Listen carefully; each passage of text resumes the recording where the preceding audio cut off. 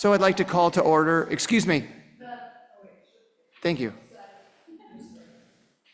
I'd like to call to order the ADR meeting for May 20th, 2025. The first thing we always do in these meetings is that if anybody in the audience, either here or on Zoom, wants to speak for up to 3 minutes about some item that is not on the agenda for this evening, this is your opportunity. And now we will continue. And the first agenda item is the approval of the minutes from April 15th. I read those minutes and they seemed fine to me. I would suggest we approve them. Does someone want to second that? I can second that. Okay, great. And then to let people in the audience know how these meetings work, what happens is when an item comes up, the town gives a short presentation about the item. Then the owners have the option of presenting the item with their design team more thoroughly, at which during that presentation, the ADR members might or might not ask questions or for clarifications. After that, I open it up to the public, and that's the only time for the public to speak. They can have comments on the project, and I will make it very clear that it's time for the public to speak. And after that, I bring it back to the ADR, where we make our recommendations to the town council. And the first item for planning is 87 Glenwood Avenue, which we have seen before. Yep. Good evening, ADR members. Tonight, the applicant at 87 Glenwood is requesting approval, a recommendation to the town council for design review, a demolition permit, a nonconformity permit, and a variance.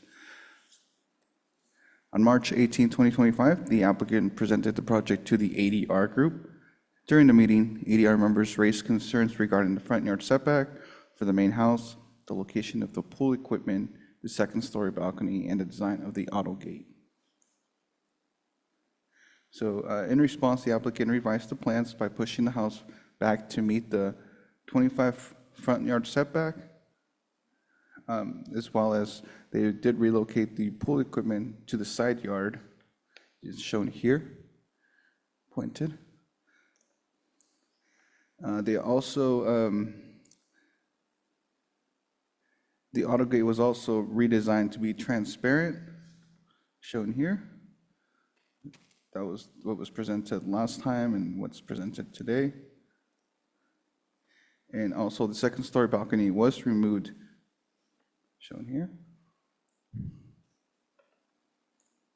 And staff requests that the ADR group discuss the merits of the project and provide a formal recommendation to the town council.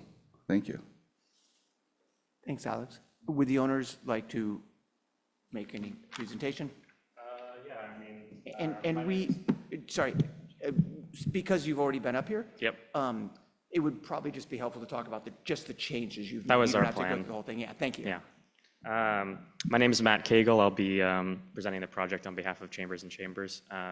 Barbara Chambers is on her way, but there's about an hour of traffic from Mill Valley to here right now. So she is caught up in that, unfortunately. Alex went through the changes, but I'll just reiterate them. We pushed the mass, well, the entirety of the building back by about 8 feet in order to align the primary volume of the house with the required setback. We also moved it south just a touch because that northern property line is sloped a little bit. And so when you move it back, you need to move it down to preserve the northerly setback.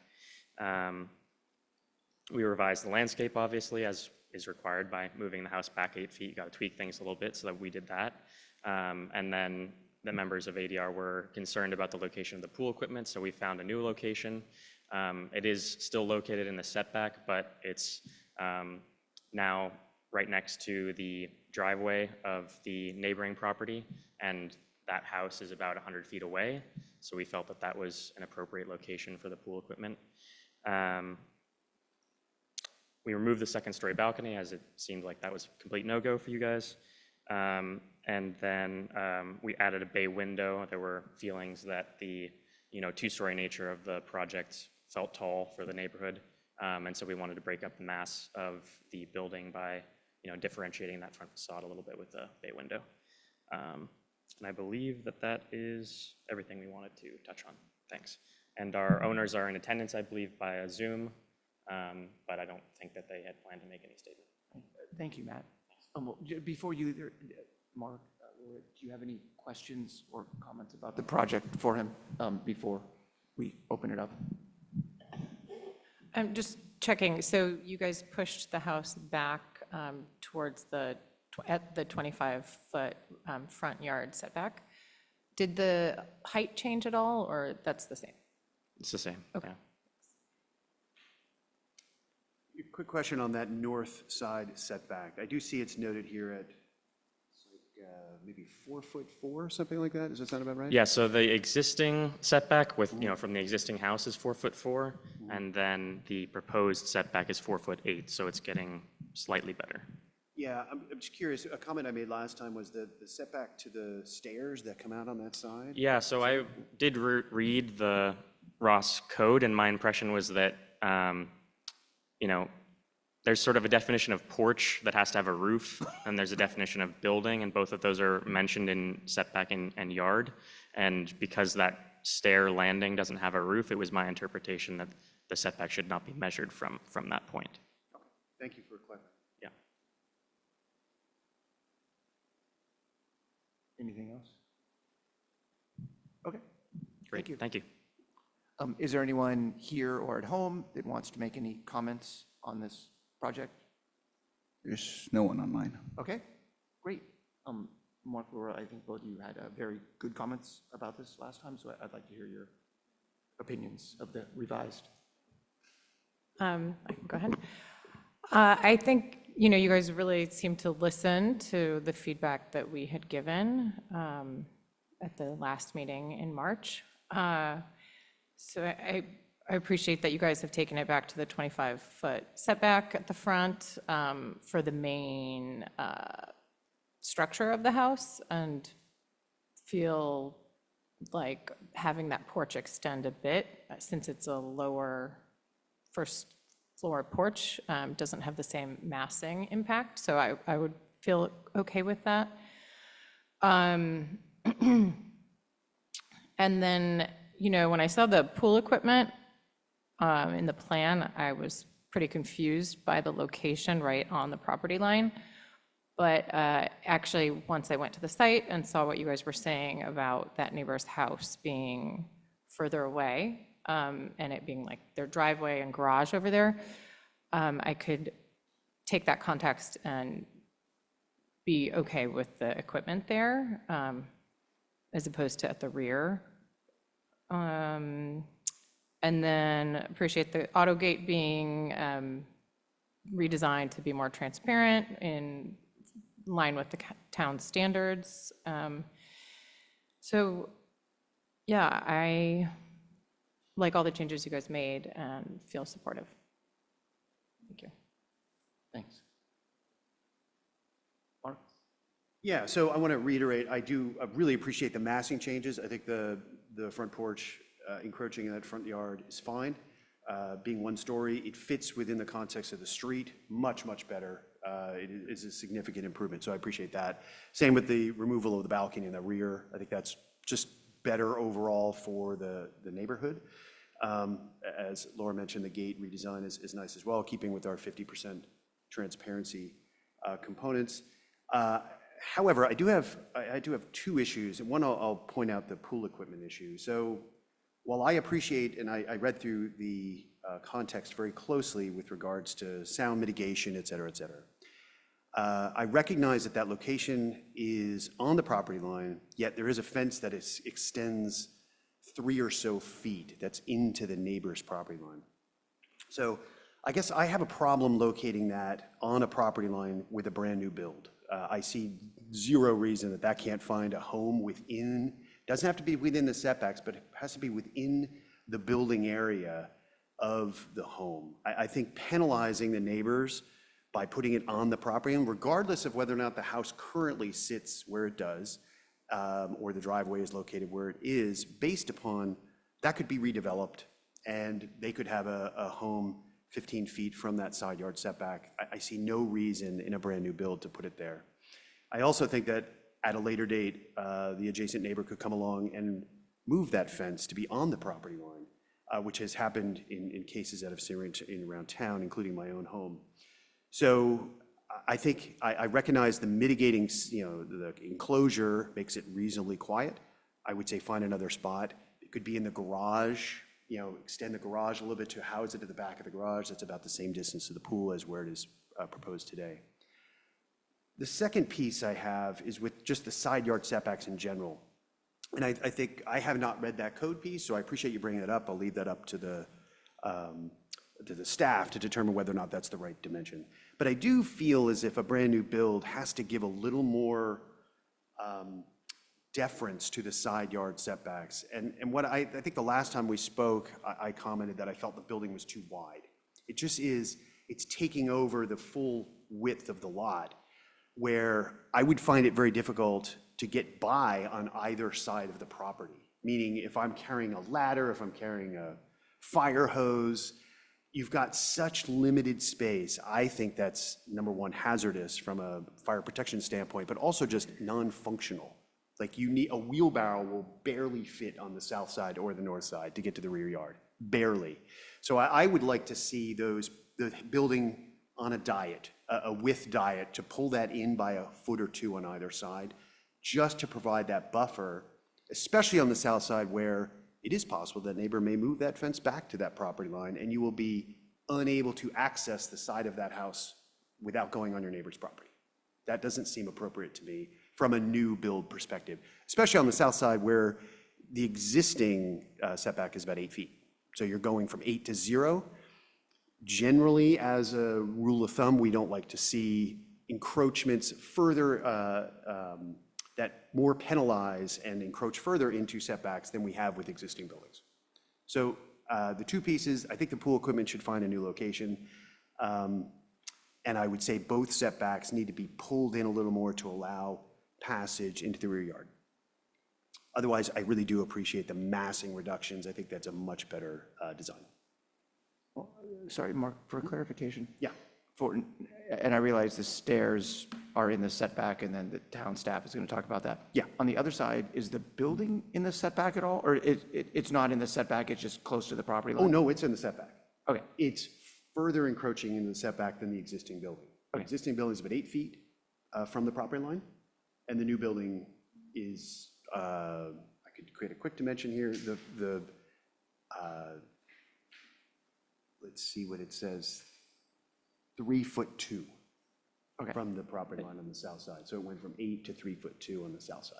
Okay. Just to add, though, the house would not fit if you didn't encroach into the setback some. It's just a Oh, question absolutely. of how much. Yeah, I is want to make appropriate. that very clear. I'm suggesting a very minor reduction in the dimension from the north, from increase the dimension from the side yard setback from the north side and the south yard, but not to where it exists today or even in the code. So if it's 3.2-ish Yeah. today, and it was 8 prior, Yeah. your recommendation would be approximately? Make it 5 feet.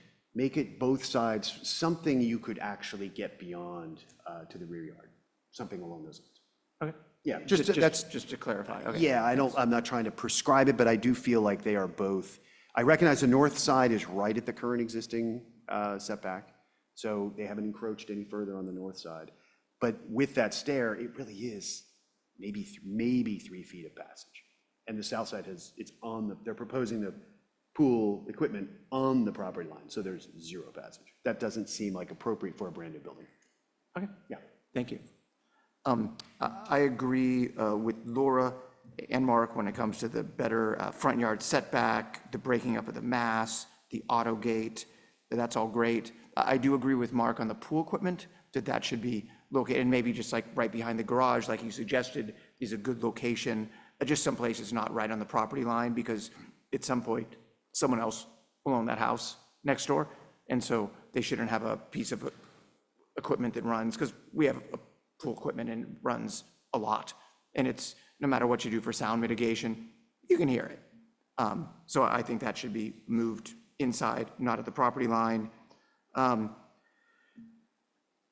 We do like to see things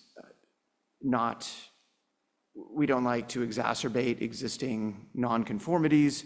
However, in smaller lots like on Bolinas and this lot, there's always exceptions to that. I think the town staff should figure out the staircase issue, whether or not that's legitimate, and if it is, fine. If it's not, then obviously it needs to be reworked. It does seem practically it should be more than 3 feet from the other property line, but I'm not that concerned. The difference between 3 feet, 2 inches and 5, and maybe it makes the house work. And Mark brought up good points about the fire safety, but I'm assuming that Ross Fire and Rob Bastiani will look at this with a fine microscope, as he does with all projects. And if he doesn't like it, he'll say something. Otherwise, I'm fine with it, how it is. Can I just add 2 other things? That rear patio where the fireplace is, I said this, I think, the last time, but since there's an existing patio back there, would be kind of a reason that could help this be more acceptable to have that rear patio so close to the property line. I would just encourage leaving enough space to maintain the existing screening or add more.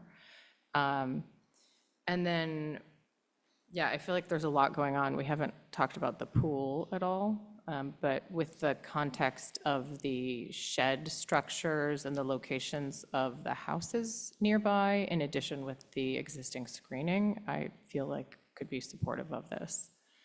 So. Yeah, me too on the pool. Yeah, same here. I don't have any particular problems with the pool. Yeah, and I think your point on the terrace and that piece in the back, the little patio in the back, I concur. There's something there already, and I think that, is just cleaning it up a little bit, so that seems like a good move. Yeah. Okay, great. Thank you. Sorry, Barbara, we just Well, finished. yeah, we're done with Barbara. I feel bad about that. Question for Mark Fritz. So is your recommendation or support to the council, does that depend on the reduction of those side yard setbacks? Or if the applicant preferred to leave the setbacks as drawn, would you still be supportive? I was hoping you weren't going to ask me that. No, I think it should be narrowed. I really do. I think I can say that. I don't want to see it again, but I think that they can make those changes, those subtle changes, without a detriment to the design, and could actually improve the overall site for the project. Okay, thank you for the clarification. Thank you. Okay, thank you. Moving on to 230 Wellington. Alex, are you presenting on this for the town? I'll do a quick okay. Thank presentation you, on Bert. this. So for 230 Wellington, the item went before the ADR on February 25th. During the meeting, 2 of the 3 ADR members expressed support for the additional FAR. However, majority didn't support the location of the pool. And so today, the applicant is back with revisions to the pool. Instead of a 38-foot length pool, it's been made smaller to 34 feet. And then the pool was also repositioned or relocated to be, instead of 9 feet on the side, it's now being proposed to 12 feet. And then the rear, instead of 13 feet, it's now going to 17 feet, 2 inches. So today, the applicant is requesting a recommendation from the ADR to the council on the variance for the pool. Thank you. Thank you. Would the owner or their design team like to present? Yeah, we have Brooks online. Can you hear Oh, us, sorry, Brooke? if they're doing it online, it's fine. Yeah. Hi, I'm sorry that I have to do this remotely tonight, but thank you so much for your time and for seeing our project again. I'm only going to touch on the points that are changed since the last project. As Roberta mentioned, we moved the pool, and if that graphic is still up, I actually just wanted to point out that maybe from your site visit, you noticed that Currently, the only existing outdoor space is a deck that is at that same corner of the pool, but it's currently all the way against the rear property line. And so we're greatly increasing the space from the property line to where people will be congregating outside. And I just wanted to flag that point. Another aspect of this pool is that from about the center of the pool up, the retaining walls, as shown there, where the retaining wall folds back, will actually make the pool recessed down lower than grade. And so anyone perceiving the pool from the adjacent property wouldn't really even be able to see the pool. At the back of the retaining wall that's closer to the stairs, it's about 6 feet tall. So we feel like that really helps to buffer that area from adjacent neighbors and sound and just privacy and all of that. But I think also it's really important to notice, and we probably should have mentioned this before, that our client, the property owner of this project, also owns the property next door with his family. And they've owned it for a long time. His father lives there. I think it's a really important aspect of this project because no matter where this pool is that we're talking about 9 versus 12 feet, there's zero concerns from the family that owns the property next door. We feel like we've placed the pool in the best location given the site constraints. But you know, on top of that, there's literally no privacy concerns given that fact. And I'll let Pierce talk about that as well in a moment. But in general, the hardships that we would like to point out for substantiating a variance for the location of the pool are the unique topography. And I'm going to reiterate what I said before, which is there's really no other location on the lot that the pool can go.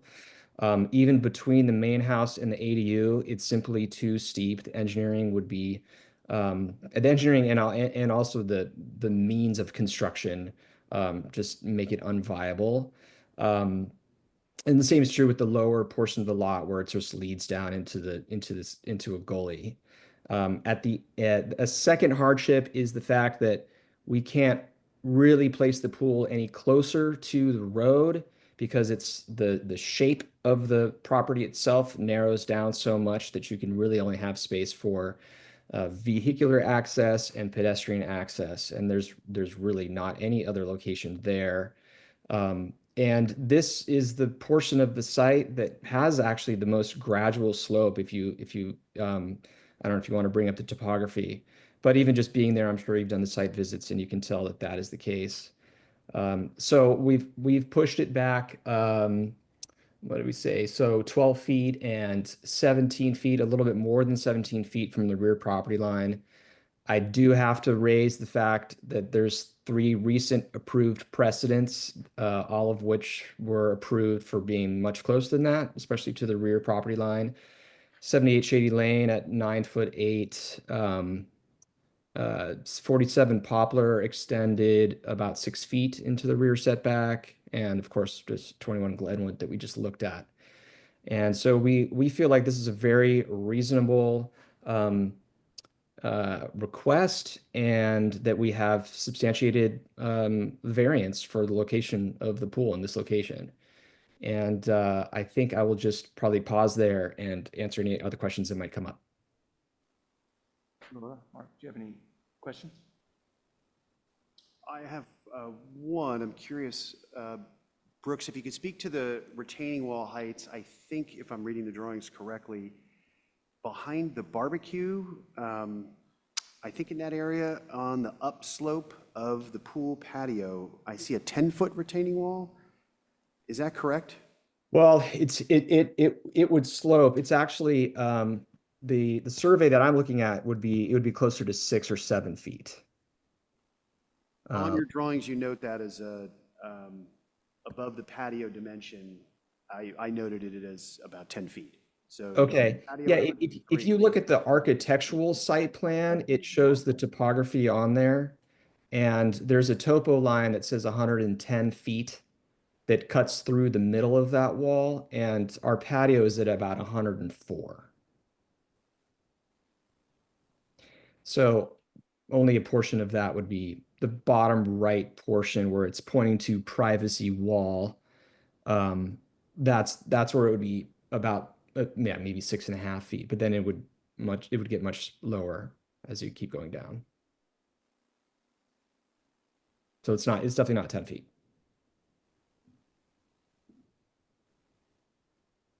And the finish, sorry, redone, Mark. Yeah. Okay. Just a question, the finishes seem like they changed, but just the rendering didn't get updated. Is that right? You guys are doing? That's correct. Yeah, the rendering is really just indicated for the building and not so much for the landscaping. And I'm sorry, those were not coordinated. Okay. Can you walk those, Brooks, can you walk us through what changed in regards to the finishes? Actually, Because I apologize, I missed that. I was kind of focused on the rendering. So if something changed, maybe just highlight it. yeah, I mean, the finishes didn't change a whole lot. And so we have concrete faced planters and and that's the intention for the walls as well. The idea was to just have it be a little bit less fussy with a lot of veneer stone and to keep costs down also by just having board form concrete walls. Okay, so it wasn't the If primary there's other color? specific questions about the finishes, though, I'd be happy to answer those. Yeah, mostly just concerned about the stucco color I think itself. it Is that- changed from like a beige, which looked pretty white, to, it said horizontal lap siding painted gray.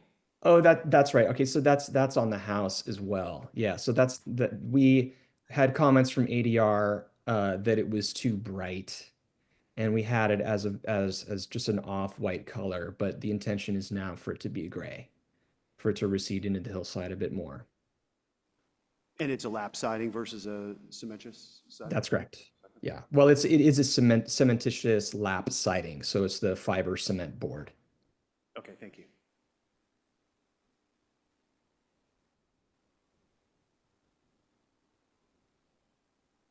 Any more questions? I guess just one more question, sorry. I somehow was out sick, both the conceptual review of this project and the meeting in February. So just curious, the balconies, I know generally projects are not like encouraged to have second floor balconies, and I know this project has kind of a lot. Was this discussed at all in the past meetings? Is it impact Well, privacy at all, or? no, I mean the second floor balcony is going to have a, I think we did talk about this because the point is that that second floor balcony will have at most an occupancy of 2. It's just off of the primary bedroom, so it's not intended as a place for people to congregate. The other deck off of the back of the kitchen in the main space is a reduction in the existing massing of the building, but it also, just because of the existing vegetation and the difference in the finished floor height of that and any other neighbors, it's virtually impossible for any neighbors to even really see the deck or people standing on the deck. So that's and it's not so much a second floor because at that point you're technically on grade except for where it slopes down. So on the drawing, the south side of that deck is pretty much at grade, and then it extends out over grade. Okay, that's helpful, thank Yeah, you. My recollection is also, like, from the site, it's so far down from the Yeah. road, and as you said, it's really ground level, but there happens to be a basement-ish floor beneath it, so it appears as a second story, but it's The project we just reviewed, we Yeah, had no, no. removed it, so I'm just trying to, consistency. good. Thank you. Okay, and Piers, did you want to speak also? So we're really excited about this project. Sorry, can you speak into the microphone? Is it turned on? Just tilt it up. There we go. How's that? Okay. So we're very excited about this project, and we've made sure to bring it back into the lot itself and be mindful of all the neighbors. All of them are very much on board with this project, particularly the ones downslope, which is the Robillards. And even when you're at the level of the pool, you're looking way above the top of their roof, so they won't be able to look up and see that balcony at all. Just to the left is where I grew up since 1980 in that house. And the way that house is built, you really don't look into that part of the yard. That house is entirely focused the other direction towards Mount Tam. So there's a great deal of privacy between that and the pool area. Thank you. Are there any questions for peers? Okay, thank you. Thank you. So I'll open it up to the public for comment. If anyone here or at home has any comments, now is your time. Okay. No comments. I'll go first on this one. I was in favor of it before. Now I'm still in favor of it, recommending it. They moved the pool slightly back. I don't know how much difference 9 to 12 feet makes, but it's certainly farther away than the last 3 projects that have come to us with the pool that have all been recommended for approval at 9 and 10 feet. And I do believe the site is, as you said, topographically challenged. Yeah, so those are my, is there anything else? And the pool area currently is a deck, so there is a usage there currently. Well, and they own the property next door, which I don't think we actually discussed before, that the father/family is the neighbor closest to the pool. All right, those are my comments. Yeah, all right, so this is going to get a little more in-depth, I think. I think the pool location is connected specifically to the overall design, and last time I saw this, I was maybe one of the only folks on the council or the design review committee to point out some inconsistencies with our approvals. So what I'm going to focus in on is really around the precedent setting in relationship to a hillside lot and the square footage. So I'll remind folks about the numbers here, and I think last time we got a little confused about them. But the base square footage here is 2137 for a hillside lot on this particular lot. The current FAR is more than that, at 2267. We generally grandfather in existing square footage. We say that's fine. We recognize this property has a parking challenge, right? And they're adding in a parking deck, which I think is great. They're adding in an additional covered lot or covered space, which I think is actually great. The challenge I have with this is we're granting them additional square footage above and beyond an additional covered parking spot for no apparent reason. We have no findings for variances for this. It is a hillside lot, which is not a hardship. Having a hillside is part and parcel to owning a lot here in Ross, if that's the one you choose. So the numbers, if we look at what they're proposing, 627 square feet over the existing, it's about a 27% overage. Over the hillside, it's 38%. And this has nothing to do with the ADU, not including those numbers anywhere here. So we're talking about a 38% overage on the hillside lot ordinance, 38%, and 27% over the existing lot. That I struggle with, and as Brooks mentioned in his presentation regarding the pool and its location adjacent to the property lines, this sets a precedent. And I've been personally touched with this, even on things as much as transparency with gates, right? So Mark, you mentioned the one shady gate. I had someone come up to me on Shady Lane. I saw someone else got approved for a solid gate. I want a solid gate. I see precedents. There is no reason for a brand new home on this lot to exceed the existing FAR other, in my opinion, than having a new covered parking space, which I think benefits the entire neighborhood. So that would bring the home much closer to the hillside lot ordinance, still over by double digits. So the reason I bring this up, number one, I'm passionate about, I worked in the hillside lot ordinance, it's important to enforce that. But number two, because the building is over 600 square feet above and beyond what it is currently, that's why they're pushing everything to the outside boundaries. The building is too big for the lot. The only location they can find for the pool is because the building is so large. That's where you end up with the pool in the side yard setbacks. The impact of overbuilding this home is the fact that it ends up pushing the pool to the boundary. The other thing I will note, and we talk about bulk and mass often in relationship to hillside lots. That's why the hillside lot ordinance is in place, to reduce the bulk and mass. If you look at the elevation on the northern side, they have to cut the roof plane down because this is a 30-foot facade on the northern side of this building. The roof plane, the plate height is at 6'8" on that side because it is so tall on that facade. That is not a reduction of the bulk and mass. That is not a building that is falling away with the lot. It's so big that they have to actually cut the roof down to make it fit within the 30-foot height limit. All being wrapped around, it's too big for this lot. So I reiterate to my colleagues and my staff, to the staff of the town, I would say if this moves forward and gets through council and gets approved, you can guarantee absolutely the next hillside lot will say, I want 27% more than the hillside lot ordinance, or maybe even 38%. And we will have no bounds to deny that or to constrain that. So while I appreciate the pool location in relationship to pushing it back a little bit on both setbacks, that's not a hang-up I have. The hang-up I have is the whole home is too large. And we have been inconsistent with applying our hillside lot ordinance. And I think we have examples of that throughout the town. So I can't see recommending this project move forward in the current design that it has today in relationship to the bulk and mass of the home, which impacts the pool. So that's my thoughts. I want to make sure, I will share those numbers with you guys so you have them for the notes, so that it is something the council can refer to. Thank you. Okay, so I overall think that it's a beautifully designed project.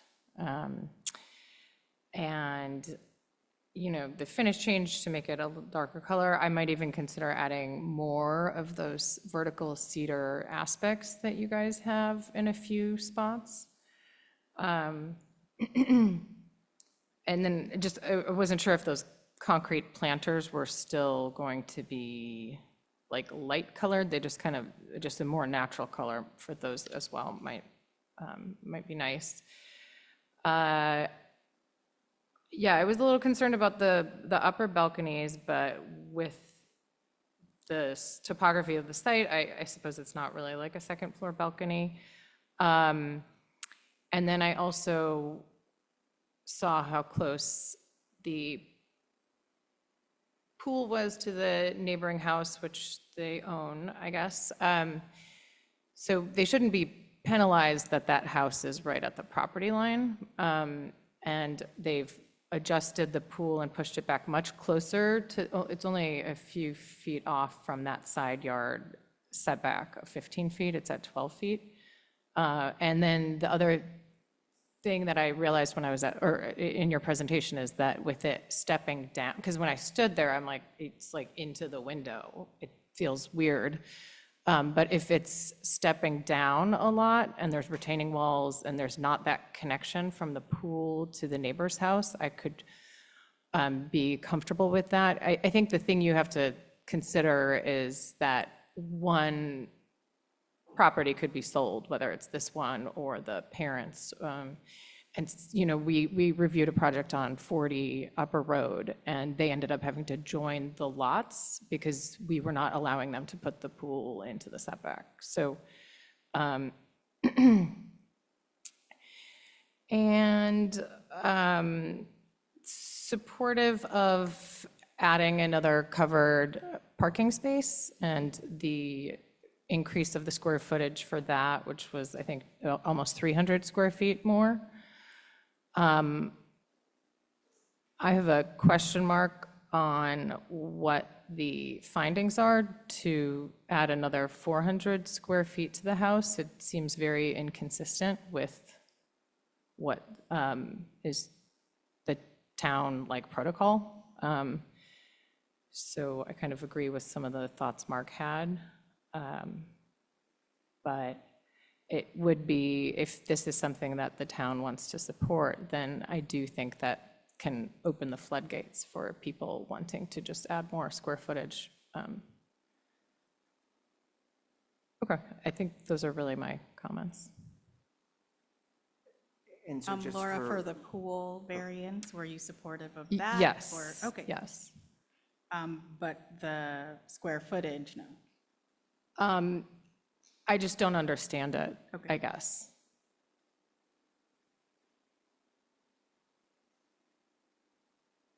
Is that good, or do you need a thumbs up or thumbs Yes. down on that? I think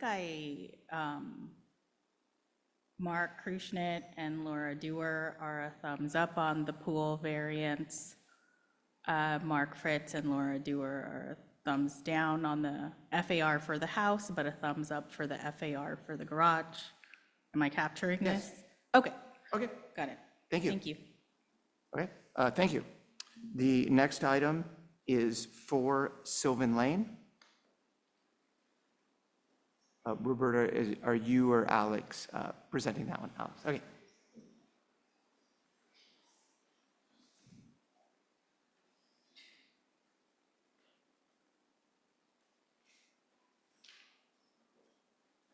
Good evening. Tonight, the applicant at 4 Sylvan Lane is recommending, requesting a recommendation to the town council for design review, a demolition permit, a nonconformity permit, and a variance.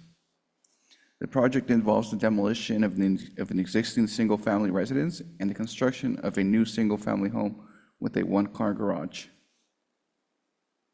Materials include dark gray shingle roof, charcoal lap siding, and white trim. And since the property is located within the designated floodway, the house will be elevated on piers to comply with FEMA regulations. The project will also include landscaping and hardscaping throughout the property, such as a sports court, patio, walkways, wooden deck, with black metal railings, an outdoor kitchen, a spa, and a rebound wall up to 6 feet in height. A horseshoe-shaped driveway is also proposed. A variance is required to allow the placement of the walls, wooden deck, patio, spa, and sports court within the side yard setback. Staff requests that the ADR group discuss the merits of the project and provide a formal recommendation to the town council. Thank you. Thank you, Alex. Would the owners or their design team like to present?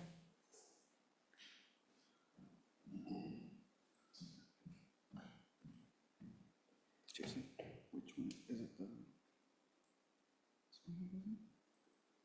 Okay.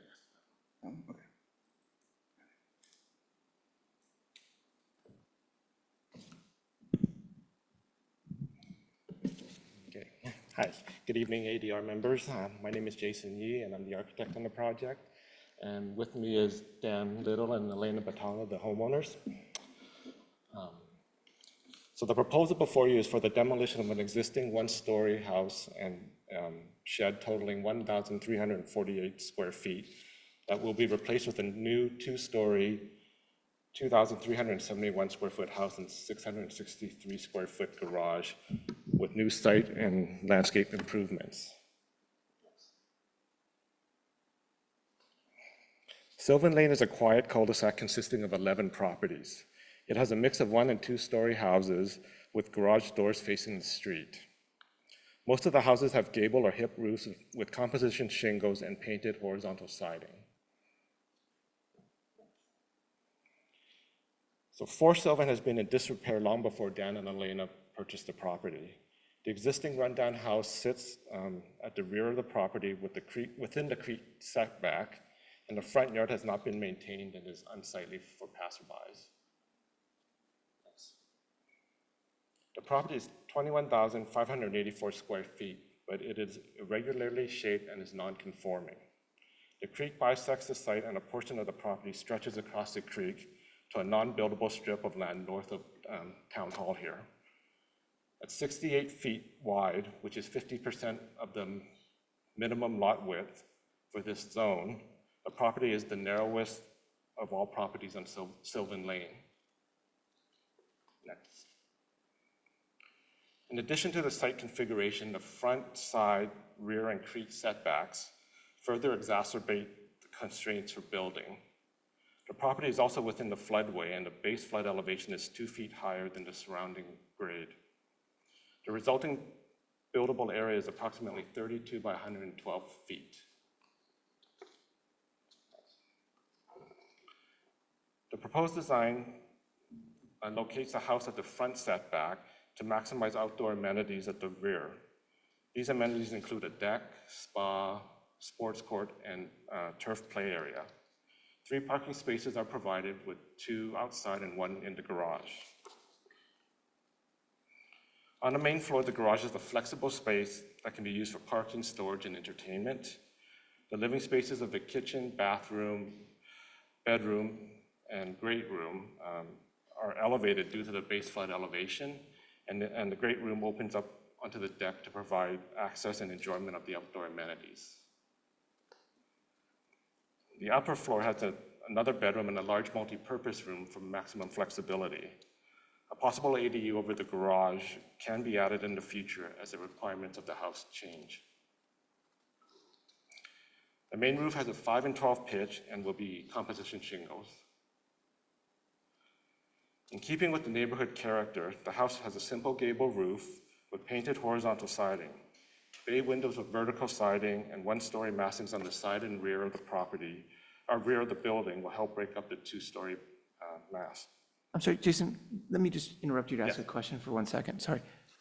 There's currently structure over the garage. So you said that in the future, an ADU could be built. It's over the empty above the garage right now. It's just an empty, the height is a double space right now.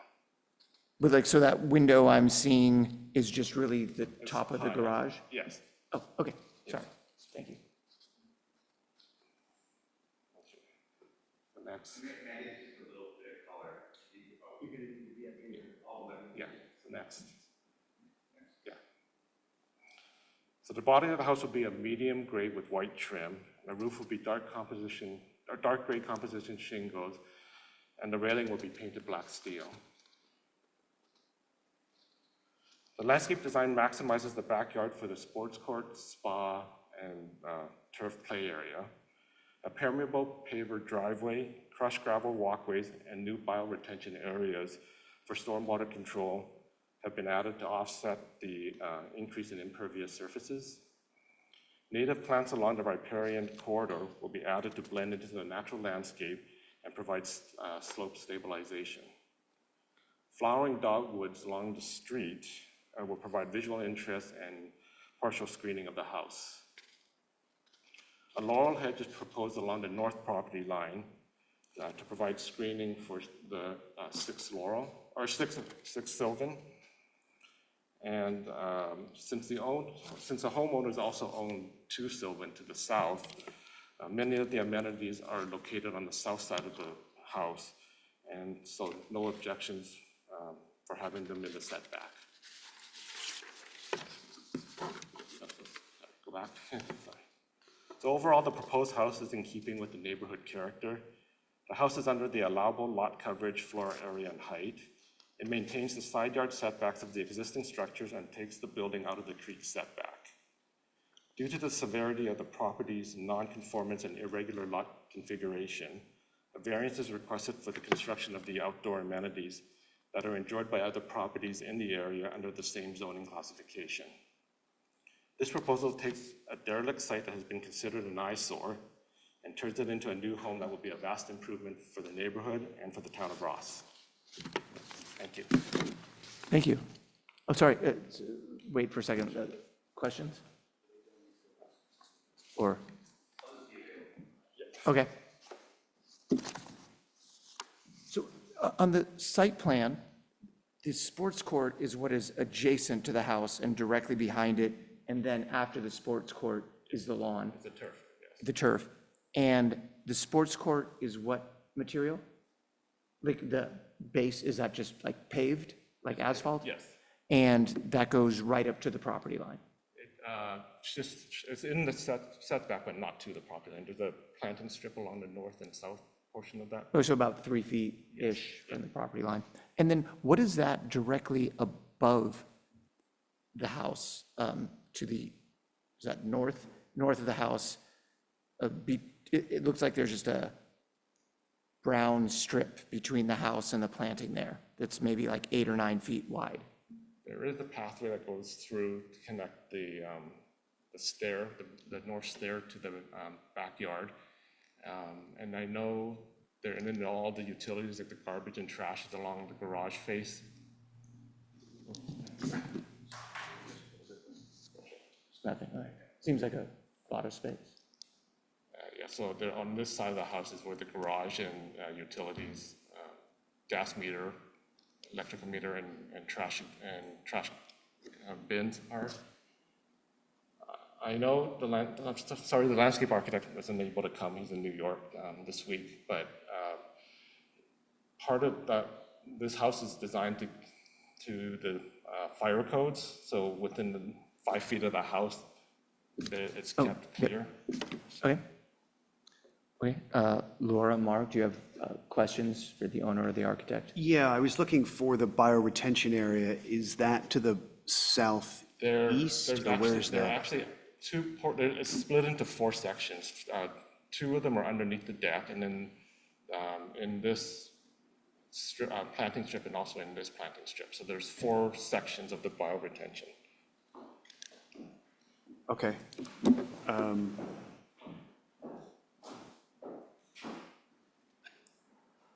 Where's the spa equipment located? Is there a spa equipment? There is, I'm not sure where the landscape architect has located it.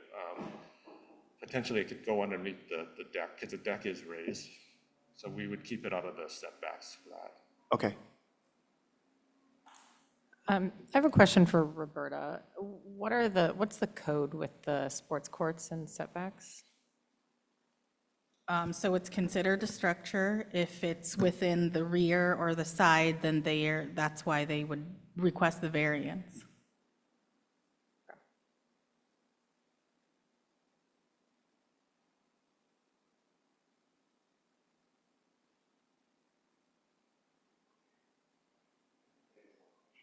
Okay, Laura, do you have any more questions? Okay. We'll open it up now to comments from the audience. If either one of you would like to speak? Yes.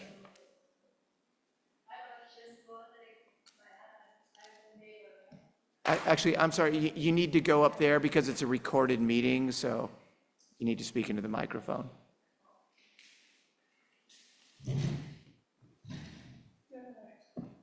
It's the first time I heard a microphone. I'm not talker, but my husband said there is a piece of land, and I have no idea where it is, that belongs to my house, our house. And I was just wondering where it is now. Do you know, Dan, where it is? What do you mean? There's that piece that runs behind your house. Is it by the creek, or is it on the side in the end, I think? Can you show again? Can you bring up the site plan again? I'm sorry, your house is 6 Sylvan Lane. She's 6 Sylvan. Okay, I live thank you. on 6, Got it, yeah. north side, thank you.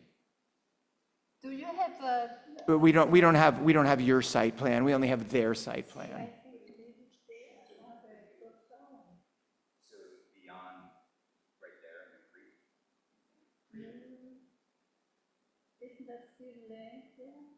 Like the tree, see, this goes straight, and then it goes down a bit. I don't know, but I maybe the. Where that tree is, the bay tree. No, in the creek. I just, see, that's the creek, right? And the bridge goes over the creek, and it used to be like, I mean, we didn't buy it like that, but That's actually a good shot, so you can see where their pool is in the setback and their deck is in the setback. doesn't this go straight back? Yep. Yes, And then that's the creek, just where you were. What is then, I mean, I don't want to have it or anything. No, no, I think just you're know talking- because This, you're saying, so this is your house. oh, I see. And then this goes That back, goes over the bridge, yeah. but what I don't know is All over what the that is. Yeah. right, but That's the creek, see? And that's your property. Yeah, that goes The through. other side, Yeah. yeah. Yeah, I remember that. So where would it be? Oh, do you have a question for us or a comment on the project?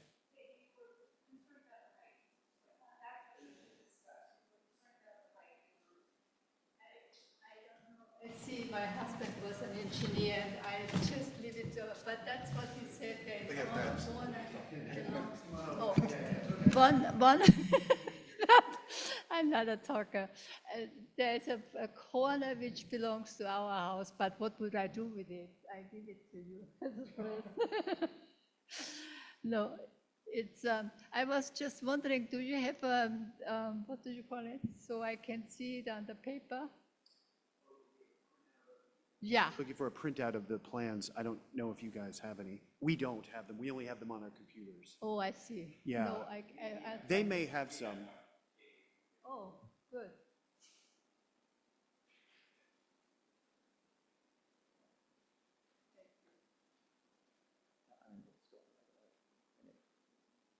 Yeah, I don't know, it's.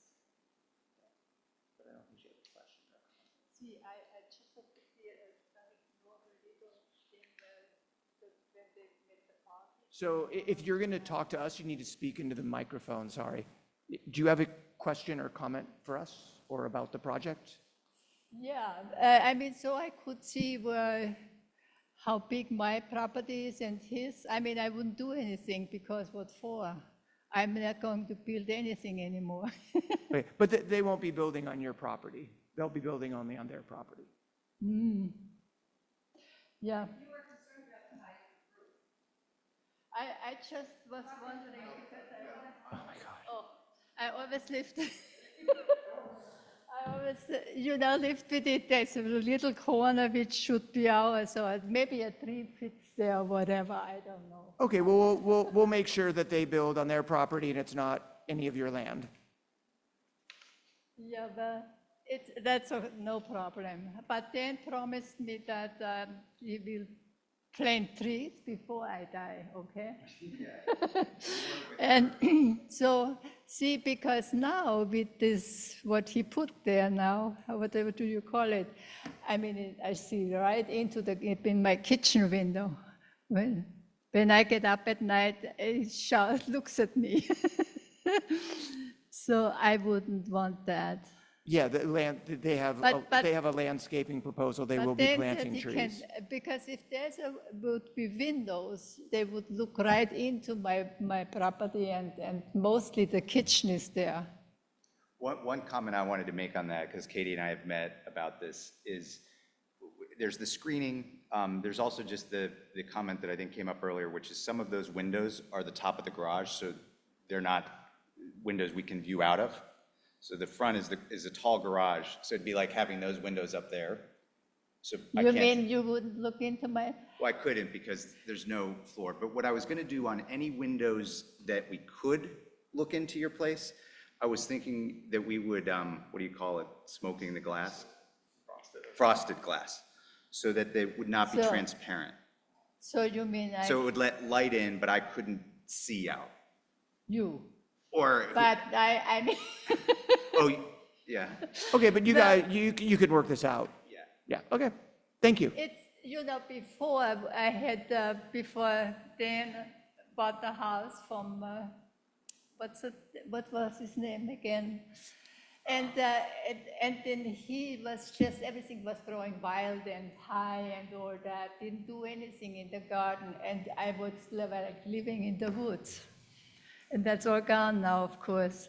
And if a house is now there, it's kind of like, you have the feeling, oh, they look into my kitchen mostly, on dining room.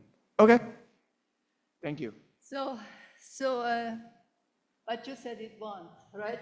Right, we will put screening, and I'm happy to put glass and Put make it so that windows. we can't look into your property. Okay, then I don't care if there's a piece more. Well, and I'll make sure that we're not building on your property. Okay, thank you. Thank you for sharing.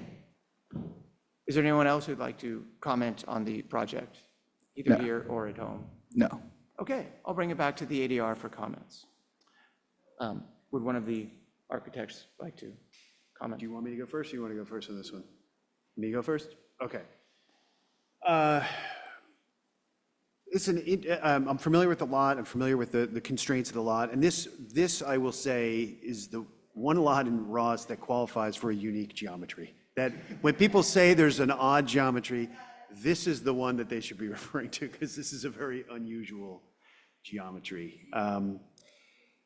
So I think I've got a couple overall comments and then some details that I want to kind of dig into. I think, number one, I want to talk about the overall sort of massing. And I think as I look down the street and I see the story poles, I think it's reasonably evident that it's too massive on the front facade for its presentation to the street. In context, I understand why it has to be as tall as it is in relationship to the flood zone. I personally live in the flood zone, so I understand that. But because this is a 30-foot tall, more or less blank facade or a vertical facade without much in the way of relief, I think its presentation to the street is not in context to the rest of the street. So much like the project we talked about up on Wilmington or Glenwood, thank you. We asked them to push that massing back, and they added a little front porch to that, which broke up that street facade. So I think that there's an opportunity here to do something similar, where you can actually present this so it's not so massive to the street. So that's my biggest comment is its presentation of the street. Certainly as you approach this from the south, you see that corner, you're going to see the full extent of that 30-foot facade. So I think there are things you can do to that bulk and mass to reduce that in its presentation of the street and still meet the flood requirements, right? And I'm not saying you can't build at 30 feet, but the way you structure that front, I think, can be done in a more pleasing way for the context.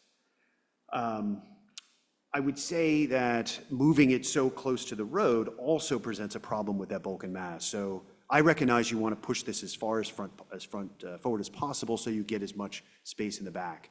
And you have that right to do that, but in that context, it makes that mass even more substantial, and you can see it just as you walk down that street. So if you wanted to maintain that 30-foot facade, I would say this needs to be pushed backwards onto the site. So you have your ways you can try to mitigate that mass. I think the mass is exacerbated by the two-story garage space. So I think it's reasonably evident that you're presenting a design with the enclosure of an ADU, but not actually doing the ADU, which I have thoughts about, but because it's not an ADU and this is not an ADU application, I can say that that bulk and mass is exacerbating the problem. So I would strip that out of the project, and you all of a sudden have something that's much more approachable. I'll talk a little bit about more the front. The horseshoe driveway design also exacerbates the sort of visibility of the project. I see this on Fern Hill. We have a project there that they took out a singular drive and replaced it with a horseshoe. The opportunities in that type of design doesn't allow for much in the way of vegetation to screen the home in any sort of way, not even with low foliage at 6 or 8 feet. There's really no opportunity. So I would encourage you to look at a different way to manage on a very quiet cul-de-sac street. So this isn't a highly trafficked street where you have to be worried about backing in and out. So I would look at the driveway and see if you can come up with a way that you can design it so that you can have some foliage in the front of the home. And there's a little island there, but that's not substantial. So as you move down as you move down the street and look up, you can at least mitigate some of that massing. I think that there's my overall comment of the project. It struck me as there's a little bit of and this is going strictly to the design. There's a lack of cohesiveness around it a little bit. Or a style. I was struggling to identify why it struck me as sort of stark. It doesn't have much in the way of detail at this point in time, meaning there's not a lot of,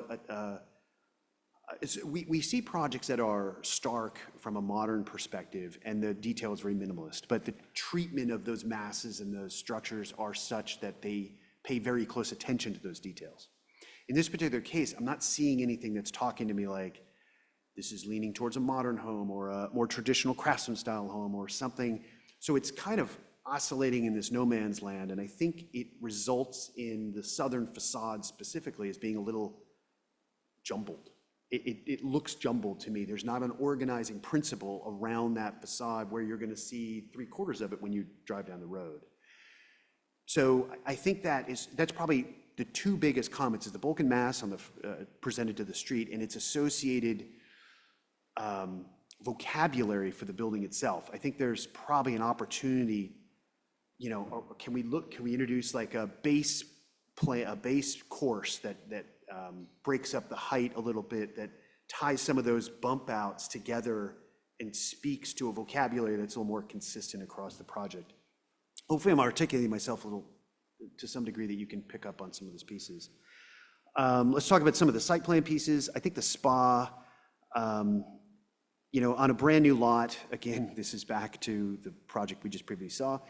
I think the spa can be located outside of the setbacks. I recognize that the owner may currently own the home to the south, but that isn't necessarily going to be always the case. So I would encourage the spa to be located within as much as possible into the setbacks, or at least moved further into the center of the lot. I think the same maybe said with the AC unit. It's a little bit, maybe there's ways we can incorporate that into the building a little bit so it's not just a blob stuck on that northern side of the yard. When I get into the sport court, I struggle with this one a little bit. I'm going to look at my colleagues to see how they sense the sport court. We haven't really had a project like this recently that is brand new and spanned essentially the width of the lot. I recognize that that's kind of constrained by the geometry of the sport court, right? The width of the length of the sport court. I'm struggling with seeing a variance that's so close to the northern property line is specifically for a sports court and a 6-foot-high rebound wall. I'm struggling with that. So I'm going to look to my colleagues to see if they have any thoughts on what they would recommend there. Let's see if I caught all my comments. You know, to go back a little bit on my attempt to articulate the character of the building, there does seem to be an opportunity maybe to, I recognize you use some horizontal siding and then some vertical siding in certain cases. I think that while that is very subtle, I think there's an opportunity maybe to bring another siding material into the project to break some of this up and articulate some of these masses in a different way. We've seen that done very successfully on some of the projects around town. Sometimes they're using wood siding versus a stucco, or a stucco versus a lap siding. So I think that there are ways you could break up this mass. It's a pretty substantial size building currently, in ways that the siding helps you do that, in addition to the massing. I think those are my comments for now. I might pop in and add one more, but I'm definitely looking to the sport court conversation because I really don't know how to take that one. Do you hear who goes next? Right.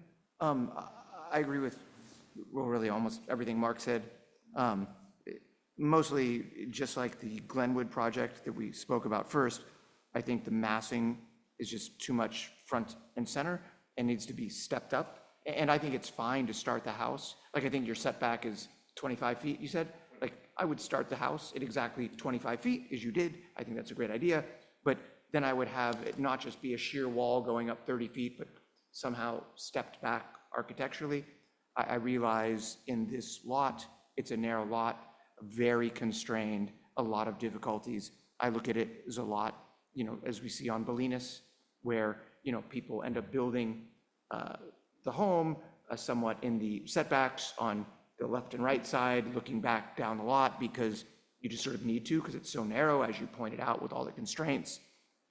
But I think having it stepped back would be, with some more relief and detail instead of just a big vertical facade, would be much nicer architecturally. I think that,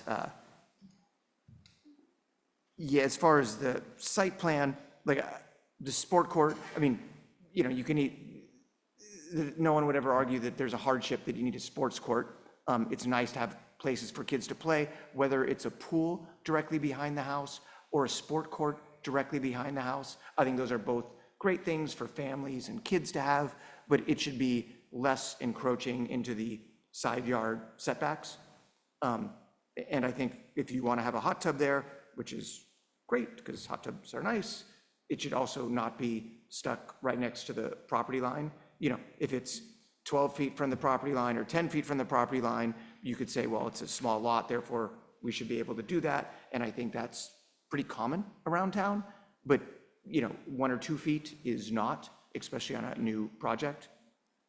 I like the colors of the finishes that you chose, but I agree with the detail comments that Mark gave. Personally, and you know, you're probably going to do this at some point, like you should figure out where you want that ADU and like incorporate that into the plan. It's great to have it. It's good for the town. The town likes ADUs. It's extra housing. It gives you guys an extra 1,000-ish square feet. It's a nice thing to do. But yeah, don't push everything to the side and then try to figure it out later. Like over the garage there, it seems like you could have a better place for it. Or even if the house is just sort of, if this is the front of the house and it goes up a story and then back and then up again, like it would just look much nicer than this vertical facade.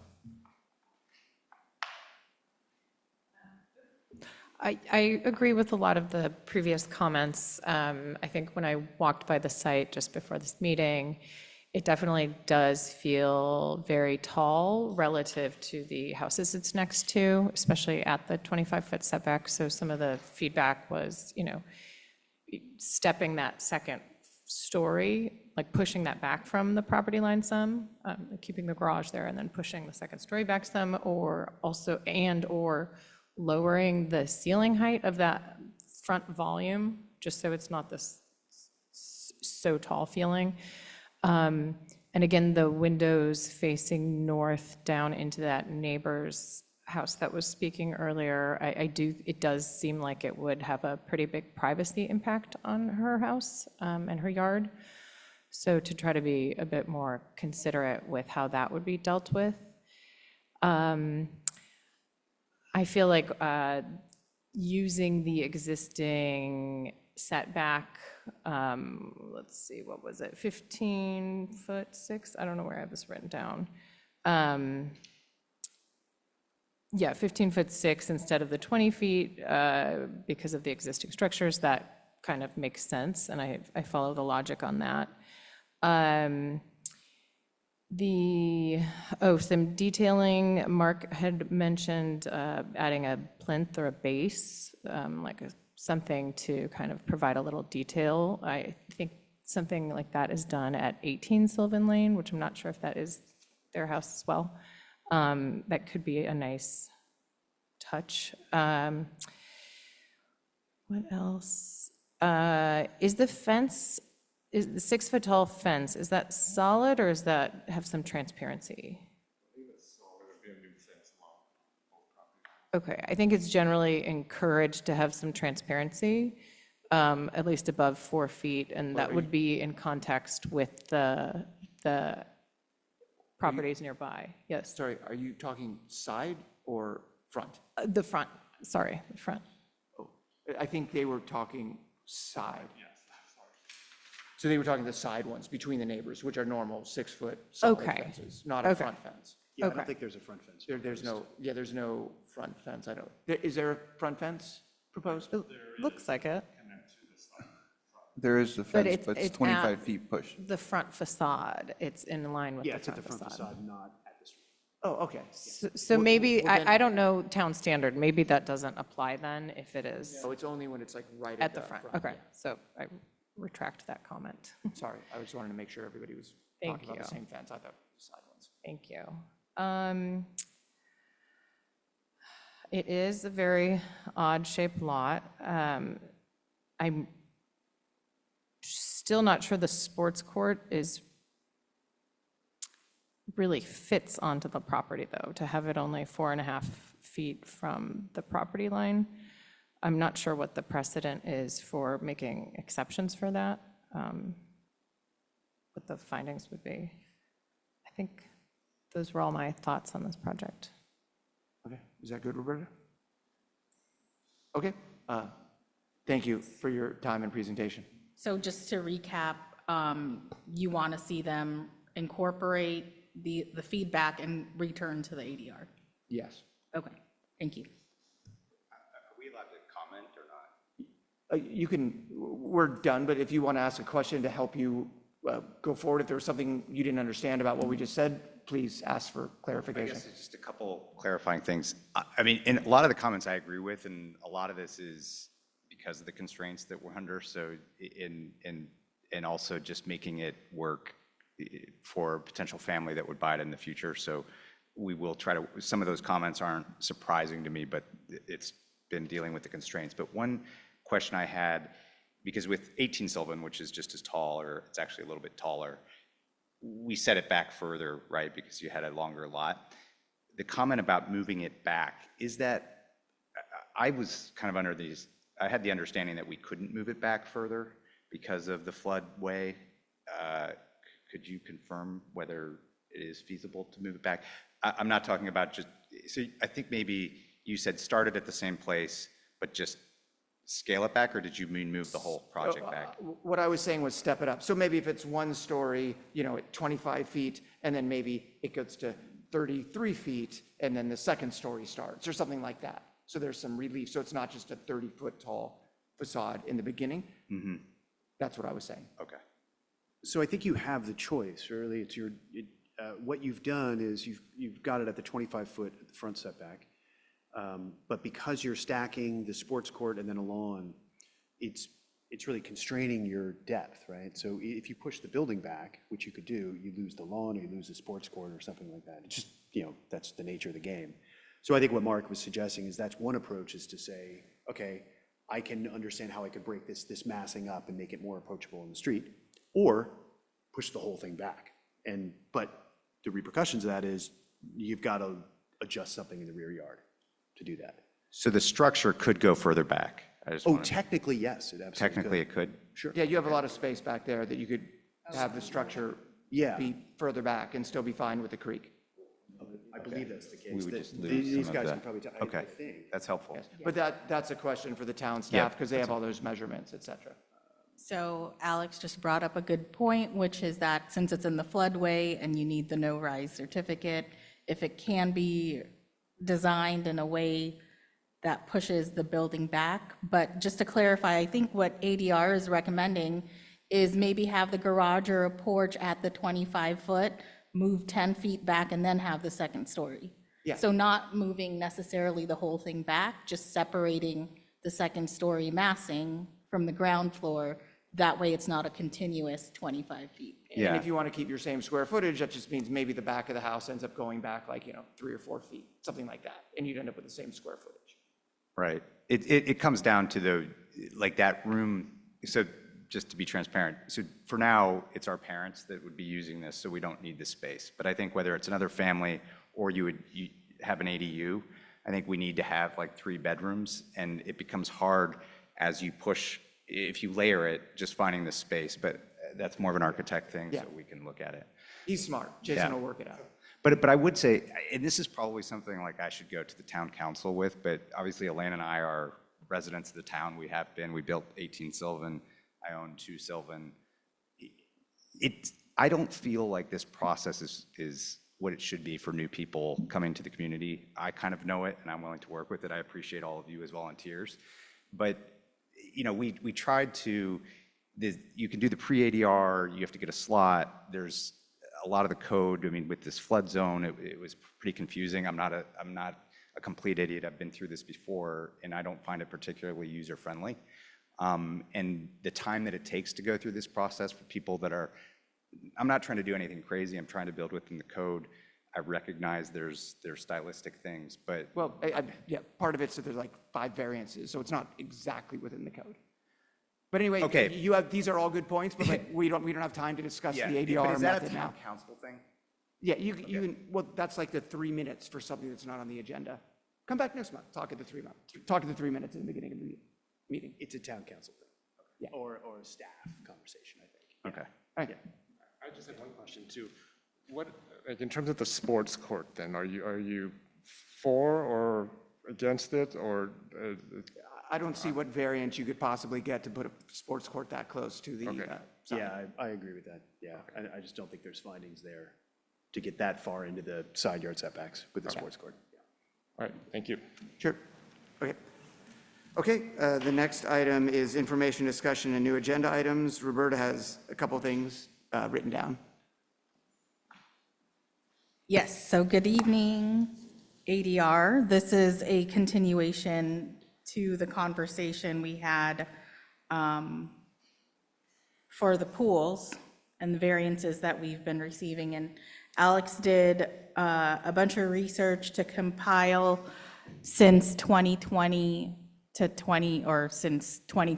today, pools that the council and ADR have approved within the setbacks with variances. So Roberta and Alex, I have a question. Sorry to interrupt before you're going. I'm wondering if this should be done in a different meeting when we have all 5 people? Or is it good to go through it, just let us know now, and then when Stephen and Joey are here later, we'll do it again? What would you prefer to do? Because you've made all this stuff. Is it better to do it now with just the 3 of us, or better to wait till a time when all 5 are here?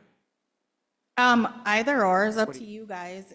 I mean, what I think this would hopefully lead to is either a change in the process or a change in the code that would remove some of these pools from requiring variances. And this is research based on what the ADR has recommended and the council has approved, along with the process for other towns in the county, some of which allow them 10 feet from the property lines, or if it's a pool and it's below ground, they don't even regulate it. They wouldn't require a variance. So, I mean, we're looking for a recommendation or guidance from the ADR if you all are interested in changing that, given some of the inconsistencies in the code and I guess what's transpired within the past 5 years, if there's a desire to amend that process. So then my question for Mark and Laura now is, do we feel comfortable listening to this and then giving a recommendation, or, which is fine, because there are 3 of us, or do we feel it's better to wait until we have 4 or 5 of us to listen to it and then make that recommendation? I would think having like all the members here would probably be helpful. Yeah, I would Which might be, concur. 2 months down the road, because it's summer, and, Yeah. people leave, but I don't know that it's urgent. No, I don't think it's urgent, but I would concur. I would try to get the full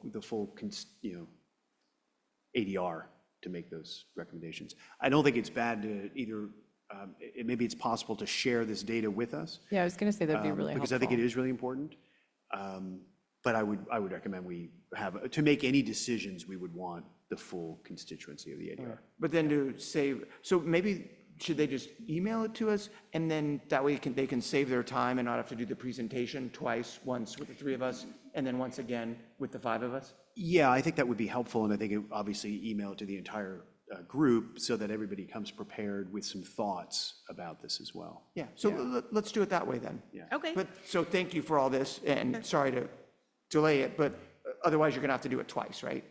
And the 3 of us will have to do it twice. Right. But- One thing I would ask is, when we think about pools, just given the last project we saw, is should pools be treated the same way as sports courts or other types of, maybe as you described, in-ground pools, other types of patios, items that are encroaching into the setback that we hit a lot? We seem to hit spas, pools, sport court things, and kitchens.